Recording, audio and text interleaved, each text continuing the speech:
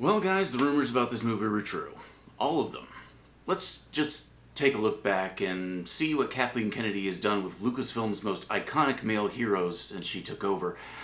Luke Skywalker, Han Solo, Obi-Wan Kenobi, Willow, and now Indiana Jones are all sad old men hiding from the world, just waiting to die and being shown up by younger, more capable female counterparts. I'm beginning to sense a pattern.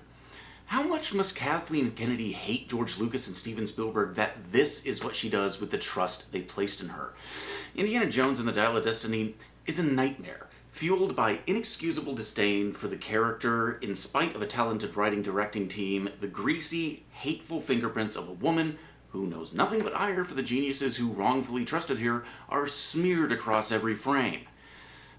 To be sure, the creatives handed this losing battle, they did their best, but when the general directing the troops cares only for their own ego, the battle is all but lost. I mean, who wants to follow an old, arthritic Indiana Jones as he gets smacked around by a goddaughter we never knew about and who is as charming as a bout of the crabs? The movie starts in the 1960s, with Indy being forced out of his teaching job. Great! Always good to start a movie by belittling an iconic hero. He's divorced, his son has died in Vietnam, and all he wants is the sweet grip of death. Are you ready for adventure, kids?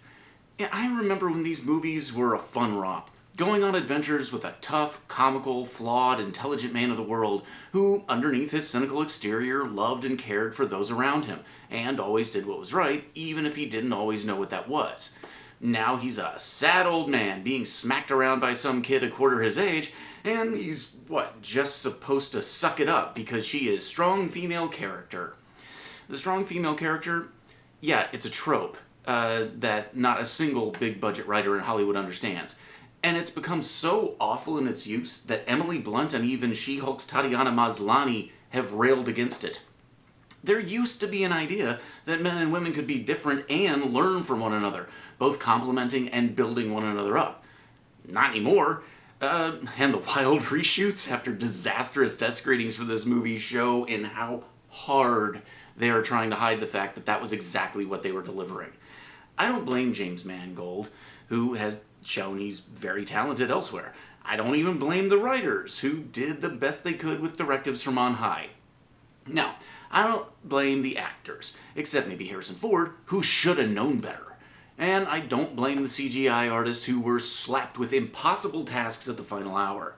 I blame a cold, indifferent, and power-drunk overlord who was granted a trust that she didn't deserve and abused a trust she didn't earn. Spielberg was right. We should have stopped at 3.